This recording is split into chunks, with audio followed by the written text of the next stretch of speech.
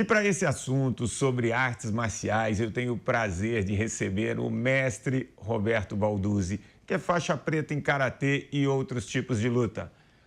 Balduzzi, obrigado por ter aceitado esse convite. Prazer, Márcio. E aí, qual o benefício que essas práticas de luta têm para a nossa saúde?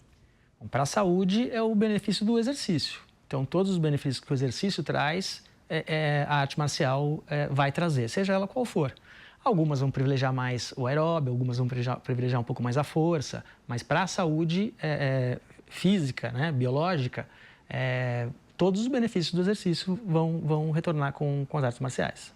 E aí, ok, você comentou, existem diversos tipos de lutas, e aí a luta, muito provavelmente, ela está relacionada na cabeça ali da pessoa mais leiga, aquela coisa mais violenta, aquela coisa que a gente vê de performance, né? Mas hoje a gente encontra não só em academias especializadas de karatê, de jiu-jitsu, enfim, de boxe, de outras artes marciais, mas em academias de exercício, de atividade física, a aula de luta, a aula dessas artes marciais. Ela está sendo incorporada para a pessoa comum. Sim. E aí você falou desses benefícios cardiovasculares, benefícios de força, de mobilidade.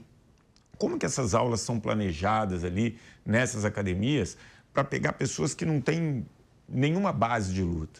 Então, existem dois tipos desse tipo de aula, né? Uma feita por alguém que está usando o movimento da luta, que é um movimento que condiciona bem, sem uma responsabilidade com a luta em si. Então, vamos dizer, eu uso o movimento do soco, eu uso o movimento do chute para o exercício.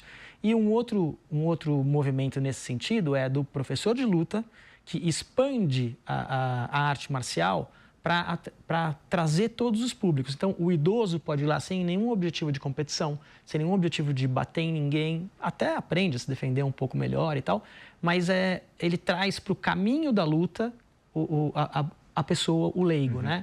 Então, você amplia esse universo. Você pega a criança de 6 anos e trabalha a cambalhota dela no judô, no jiu-jitsu, trabalha a lateralidade dela no karatê, no taekwondo, e você vem trazendo ela para a luta. Ou o contrário, a pessoa já mais de idade e que tem os benefícios desse movimento. São duas coisas um pouco distintas. Entendi. Então, você tem, numa academia, por exemplo, uma aula de luta, onde você não vai sair de faixa branca, amarela, enfim, evoluindo. Você está usando uma série de movimentos da luta para se condicionar. Isso. Então, por exemplo, o cara vai fazer uma aula de boxe, mas ele está lá, pula corda, dá chute, enfim, faz abdominal, faz alguns exercícios. Eventualmente nunca luta realmente. E nunca luta, Isso. mas usando uma série de movimentos e exercícios ali dessas lutas, e isso vai fazer com que ele melhore seu condicionamento físico, sua saúde, enfim.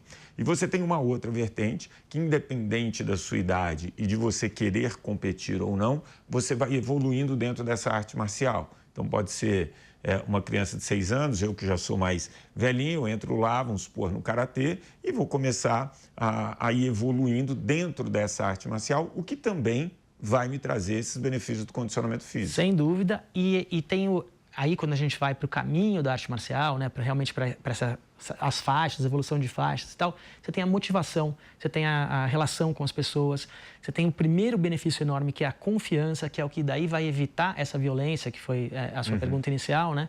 Então, a confiança é a primeira coisa que te traz tranquilidade para que você, em uma situação de caos, saiba administrar a coisa, não haja por instinto, não haja com violência, e se agir com uma violência canalizada na direção certa, necessária. Né? Então, e esse sistema de faixas, ele motiva as pessoas, que é talvez a briga mais difícil, é manter a rotina de treino. Né? Então, quando você oferece um objetivo próximo e possível da faixa amarela, da faixa laranja, da faixa verde, não é só para criança. Eu tenho mais de 50 anos de idade já, tenho uma vida na luta muito grande e estou louco para pegar a faixa coral, que é na faixa preta, 6º, 7º, dependendo da luta, né, grau. Você tem a faixa coral, vermelha e branca. É uma diversão, é um prazer, Ele te motiva. E, claro, em qualquer idade, não é só para criança que funciona. O Jigoro Kano, quando faz isso no Japão, apresentado por um sensei japonês que estava na França, ele pega esse sistema de faixas e leva para o Japão e põe lá na Budokan, na Kodokan, e espalha isso para o mundo. Ele sabia o que ele estava fazendo, ele tem um motivo. Essa história, a faixa serve para segurar o kimono fechado. Não é verdade. Ela é um reconhecimento, ela é uma motivação, ela ajuda a gente a diferenciar as pessoas dentro do treino e saber para quem a gente pode oferecer qual tipo de desafio. Então, tem todo um sistema que traz motivação, disciplina, vontade de superação pessoal. É muito legal. E você tocou num ponto interessante, que é a parte da sociabilização, né? Então, quando você vai fazer uma aula de luta, seja numa academia tradicional ou numa academia de luta, você começa a ter essa interação. No mundo hoje que está cada vez mais digital, no mundo hoje onde você tem menos relações pessoais, né? A pessoa não quer mais ligar para o outro, é só por mensagem. Você tem também na luta essa questão da sociabilização. Como que funciona isso, até da cooperação? Porque mesmo que tenha competição, acho que tem uma cooperação, não tem? Absolutamente sim. A competição ela é só um desdobramento da luta, né? A parte esportiva, que é legal, tem gente que adora, tem gente que não participa. Ela é um desdobramento só. Esse relacionamento pessoal, a primeira coisa que você entende logo que você chega é que tem gente melhor do que você, gente igual a você e gente menos treinada do que você. E você aprende a respeitar esses 3 níveis da mesma maneira. Você vai respeitar o sensei, vai respeitar quem é mais graduado que você, quem teoricamente te bate, né? Quem é igual a você e para quem está começando, está antes de você, você aprende a ajudar e a ensinar. Isso é uma coisa. Outra coisa é o que você falou. A vontade de chegar num lugar e ser bem recebido, ser bem acolhido, treinar junto, marcar treino fora. E eu não entendi muito bem isso. Vamos treinar aquele movimento, vamos para a apresentação que tem, para o campeonato que tem, ou porque a gente quer melhorar aquilo. E isso é muito legal também. E assim, uma parte que eu acho bem importante, pode ser até um pouco polêmica, é assim, o esporte que domina o mundo hoje é o futebol. Né? É o maior número de praticantes, etc. O futebol, infelizmente, ele tem um problema sério, que é a mentira imbuída na prática do esporte. Então, o jogador ele simula a falta, ele diz que o lateral foi dele, não do outro time. Faz gol de mão e fala que foi de cabeça. A arbitragem, às vezes, apoia um time que dá sport betting. É um problema o futebol. E o maior problema está na torcida e quem narra o jogo. Quem narra o jogo estimula isso pela omissão. Né? Nunca vai falar que o pênalti contra o Flamengo, né? Ele perde a audiência. Calma, flamenguista. Não é. O Flamengo eu digo porque é a maior torcida do Brasil. Podia ser contra o Palmeiras, que é o meu time. Não é questão, não é essa. E o torcedor no futebol, ele quer ganhar. Se caiu na área dele, vai ser pênalti sim, ele vai gritar, mesmo ele tendo visto que não foi. Isso na arte marcial não acontece. A vitória sem motivo não é vitória. Então, você ganhar de alguém sem ter tido esforço, ter tido um caminho para chegar lá... Tem toda uma meritocracia. Você não acredita naquilo, aquilo não tem valor. Aí você fala assim, uma medalhinha não vale nada. Vale muito quando você sabe o que você fez para chegar lá. Se ela for de prata, se ela for de bronze, se ela for de 5º lugar. Se você sabe o que você fez para chegar lá, isso é muito válido. Então, eu acho que nesse lado... A arte marcial ela tem alguma coisa que outros esportes também têm, hein? Não é só arte marcial.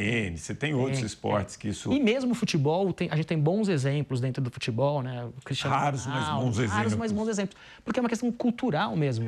Mas é o que você falou. É um esporte, claro, que ele domina o mundo, inevitavelmente. E maravilhoso, um esporte sensacional, muito legal. Você sempre foi bom jogador. Mas tem essa questão, né? Quando é a seu favor... Você dá risada, o importante é ganhar, sacaneia o outro, mas tem esse ponto que a luta e outros esportes valorizam. Eu lembrei de uma história bem antiga, bem antiga.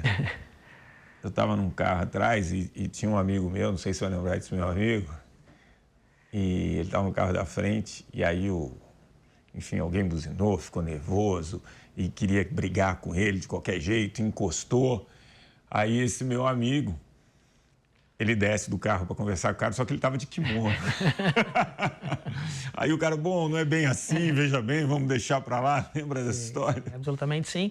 E isso aí foi o contrário, né? Foi Mas você vê só a postura ali. Exato. A farda, né? A farda, no caso. Kimono, faixa e tal. Isso acalmou o outro lado, né? Que falou assim, eu tô achando que eu tô nervoso, que eu vou resolver isso no tapa, mas espera aí, talvez o tapa me resolve, não o contrário, né? Talvez.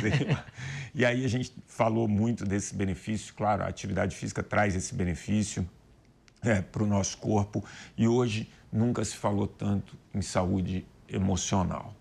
Qual o peso da luta em relação à nossa saúde emocional, já que as grandes queixas iniciais são depressão, ansiedade e burnout. E eu digo em relação ao burnout, porque quando você está fazendo uma atividade física, várias delas, e a luta é uma dessas, você não tem como estar no celular. Você não tem como estar com a cabeça em outro lugar. Se eu não estiver presente ali, eu vou tomar uma orelha. Enfim, como que tem essa relação luta-saúde da mente? Eu fico muito contente que vira e mexe eu recebo ex-aluno, por exemplo, que está voltando porque terminou um relacionamento, porque de repente saiu do emprego. Então você vê que no momento de aflição, exatamente de desestabilização emocional, ele procura aquilo que ele já conhece, que ele sabe que vai dar uma firmeza para ele, um conforto.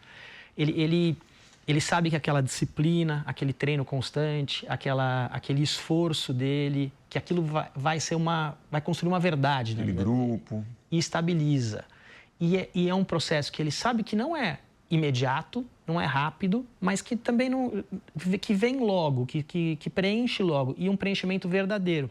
Diferente do preenchimento superficial que a gente vive hoje, de aparência, de postar uma foto feliz, ou né?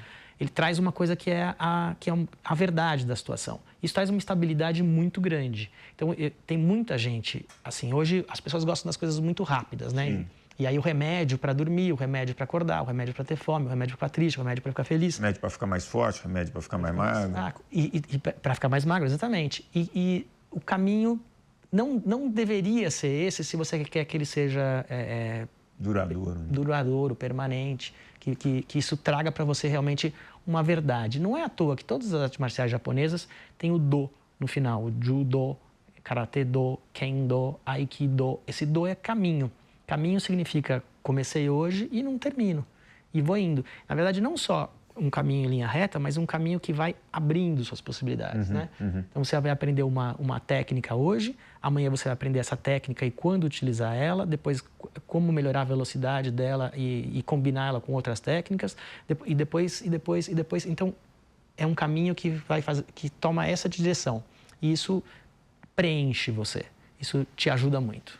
E antigamente você tinha uma proporção, eu acredito, de mais homens buscando as artes marciais, né? Seja nas academias tradicionais ou nas de luta.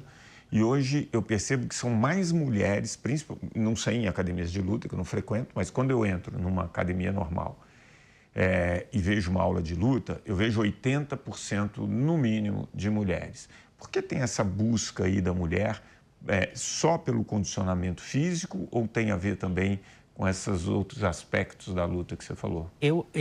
O que eu vejo é, assim, ainda são mais homens praticando artes marciais do que mulheres, mas o número de mulheres cresceu muito realmente e tem a ver com essa vontade da mulher de se colocar na sociedade de uma outra maneira, de ser respeitada de uma outra maneira também, né? De fazer aquilo que os meninos fazem e tal, que é muito legal. Tem a parte física que ajuda muito, que é muito boa.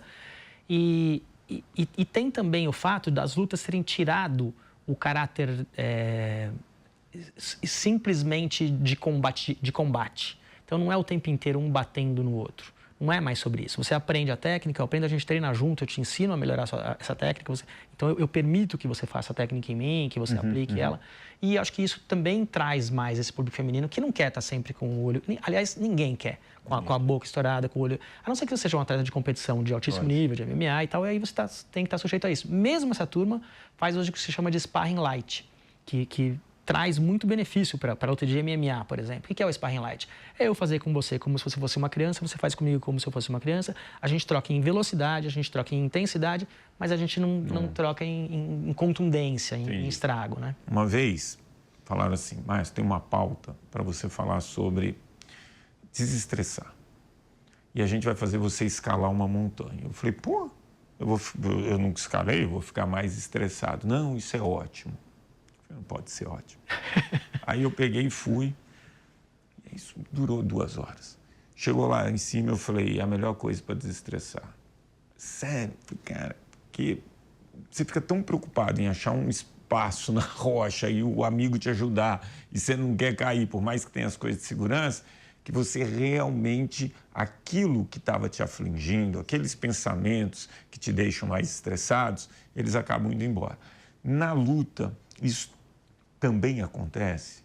Acontece, eu diria que o esporte faz isso, né? Quando você vai correr, você começa pensando em tudo aquilo que está te incomodando e depois, com o tempo, isso vai passando e elimina. O exemplo que você deu ele é um pouco mais radical, exatamente pelo que você falou. É impossibilidade de pensar em outro problema que não seja aquele momentâneo, né? Então, eu acho que esse é o verdadeiro sentido do carpe diem, do cogli l'attimo, né? Que é pega um instante. Você está presente 100% naquilo que você está fazendo. E é aquilo que você falou. Na luta, se você distrair um pouquinho, vai tomar. Né? Perdeu, mesmo no treino, né? Se você desconcentrar, você erra até a sequência de movimentos, o kata, o kati no Kung Fu, o Punse no Taekwondo. E aí, então você tem que estar concentrado ali, você vive o momento presente. É como um cachorro, está sempre feliz, por quê? Porque ele está aqui e agora. Ele não está pensando no que faltou ontem e se vai ter a comida amanhã, né? Então, isso é extremamente relaxante, viver o momento, mesmo que seja um momento tenso. Mesmo que seja um momento de tensão, você está tão concentrado ali na sua ação que aquilo é gratificante para você, faz bem. Agora, bom, a nossa população tem envelhecido bastante, né? Então, em poucos anos, a população acima de 65 anos é maior do que a população acima de 18. É uma boa prática para quem, por exemplo, quer se manter com um equilíbrio, com uma certa agilidade e com autonomia na terceira idade? Então, essa é uma pergunta muito legal de responder pelo seguinte, porque a gente fica falando muito sobre a dificuldade que as pessoas têm em começar a fazer exercício, né? E daí a gente tem o outro lado. As pessoas que fizeram exercício a vida inteira, que chegam nessa idade e não sabem diminuir um pouco o ritmo. Não sabe? Eu, por exemplo, né, passei dos 50, você não tem mais 30 anos, não dá para fazer 3 treinos por dia de 1h30. Você quebra. Você fala, mas eu tô bem, eu vou continuar. E vai quebrar. Amanhã você não treina direito, ou depois de amanhã você não treina direito. Você até consegue, mas depois quebra. Você consegue, mas você quebra. Então, você tem que ter a inteligência de aprender que nessa faixa etária, você tem que treinar sim, tem que ser constante sim, mas no seu ritmo, na sua velocidade, no seu padrão. E as aulas de artes marciais, muitas vezes, elas são mistas. É difícil fazer uma turma só para 65 anos mais, etc. Então, você tem que instruir cada um a fazer no seu ritmo, o mesmo movimento, o mesmo exercício, mas você vai fazer um sim e um não. Uma contagem você faz, uma contagem você não faz. Você faz todos e faz todos em intensidade. Então, sim, para quem é mais velho, a luta, a maioria delas, tem possibilidades de que você faça, que melhore sua saúde, sim, que melhore sua mobilidade, sim. Eu tenho 2 alunos próximos aos 70, 75 anos, 70 abaixo, que trazem para mim os exames médicos, a melhora deles a cada 6 meses. Eu peço para eles fazerem isso. Tipo, é uma coisa que a gente faz de alegre.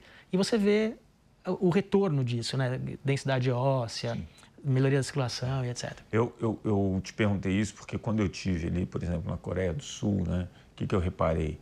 Até em praças, as pessoas fazendo esse tipo de prática esportiva, né? De luta. E quando a gente pensa no envelhecimento, o que a gente vai perdendo? A gente perde equilíbrio, a gente perde força, então o passo da pessoa começa a ficar curtinho, quase arrastando o pé. E quando a gente fala de uma atividade que pode trazer tantos benefícios, como você comentou, da luta, ela traz esse equilíbrio, ela traz um pouco mais de velocidade, de reflexo, e isso, para quem está envelhecendo, é fundamental para evitar queda, para ter uma nova aprendizagem, para ter um grupo de amigos. Então, me pareceu, vendo você falar assim, que as lutas, elas são muito indicadas para quem já passou ali dos 60 e é um ambiente onde ele vai ser muito bem recebido. Né? Exatamente. E assim, eu gosto muito de falar do judô, do jiu-jitsu, do karatê, que são as artes que eu conheço mais, mas, por exemplo, a capoeira. Você pensa num idoso praticando capoeira, parece complicado para a gente. A capoeira também propõe, por exemplo, a capoeira, né? Também propõe um estilo, tem o Angola e o regional, um estilo que é mais lento, que é mais que é mais baixo um pouco, que é tudo mais em lentidão e que permite também que alguém com maior idade faça e faça bem, né? Então, as soluções são encontradas no judô. Eu cansei de ver senhores que entram no tatame e seguram o seu kimono de uma maneira que você fala, opa, aí tem história de judô, né? Então, sim, absolutamente sim. Você falou do judô, me veio a questão, a primeira coisa que eu aprendi no judô, lá pequenininho, queda. Né? E saber cair, isso pode prevenir uma série de problemas, né? Quando a gente vai ficando mais velho. Quando a gente é criança, o que a gente mais faz é cair. né? Só que daí você é macio, você tem articulação, né? E você aprendendo a rolar de pequeno, a vida inteira, o judoca cai de cima do cavalo e ele cai girando e não se machuca. Cai da moto, cai girando e não se machuca. Então, isso é ótimo. E na terceira idade, com o pessoal mais velho, que você citou bem, queda é algo perigosíssimo, né? Uma queda pode determinar a sua vida ou sua morte. Exatamente. E um judoca, um lutador de jiu-jitsu, principalmente, um karateca, mas principalmente as lutas de agarre, que treinaram queda, que sabem cair, ou que aprenderam a cair mesmo mais tarde, vão cair de maneira mais protegida, vão cair em cima da musculatura, vão cair sem apoiar e colocar em risco um pulso, exatamente. Então, isso faz muita diferença. Faz muita diferença para um pote que está caindo, você defender, faz muita diferença para você numa queda sua, faz muita diferença para um pequeno tropeção você se reorganizar, se equilibrar e seguir, né? Então, é fantástico.